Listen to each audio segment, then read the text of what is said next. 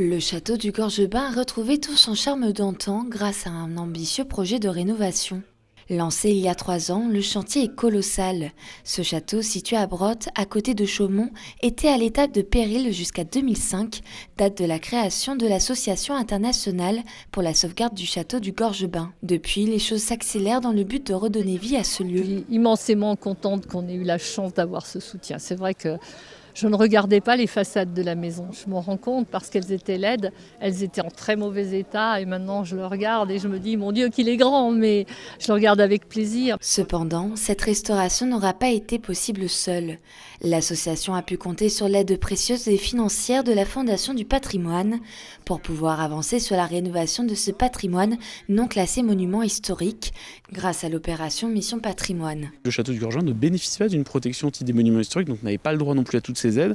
Et finalement, on se retrouvait avec la Mission Patrimoine, donc qui est portée par la Fondation du patrimoine, mais aussi la Française des Jeux, qui permet d'avoir les fonds, de pouvoir apporter une aide de 175 000 € là, sur ce projet, afin de l'aider à avancer un peu plus rapidement, parce qu'ils font déjà beaucoup de choses, mais à vraiment donner un grand coup d'avancée. Aujourd'hui, à l'occasion des Journées européennes du patrimoine, les 4 façades du château ont été dévoilées, rénovées avec un nouvel enduit à la chaux en 2 étapes. L'idée, c'était de s'inspirer de l'existant pour retrouver le même type d'enduit.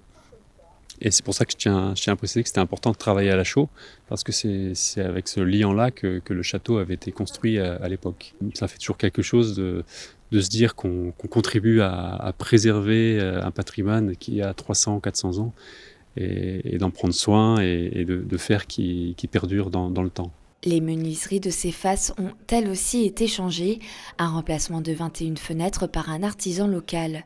Une fierté pour lui de contribuer à ces travaux. On ne peut pas s'empêcher de penser aux menuisiers qui sont passés avant nous et à ceux qui ont construit l'édifice aussi, parce que c'est magnifique.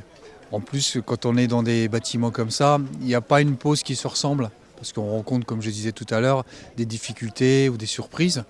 Et on a toujours ces finitions qui doivent être irréprochables. Même si l'extérieur est terminé, des travaux sont encore prévus à l'intérieur du château, comme la rénovation de l'escalier. L'association continue son chemin avec une même priorité depuis son acquisition, préserver le patrimoine vivant.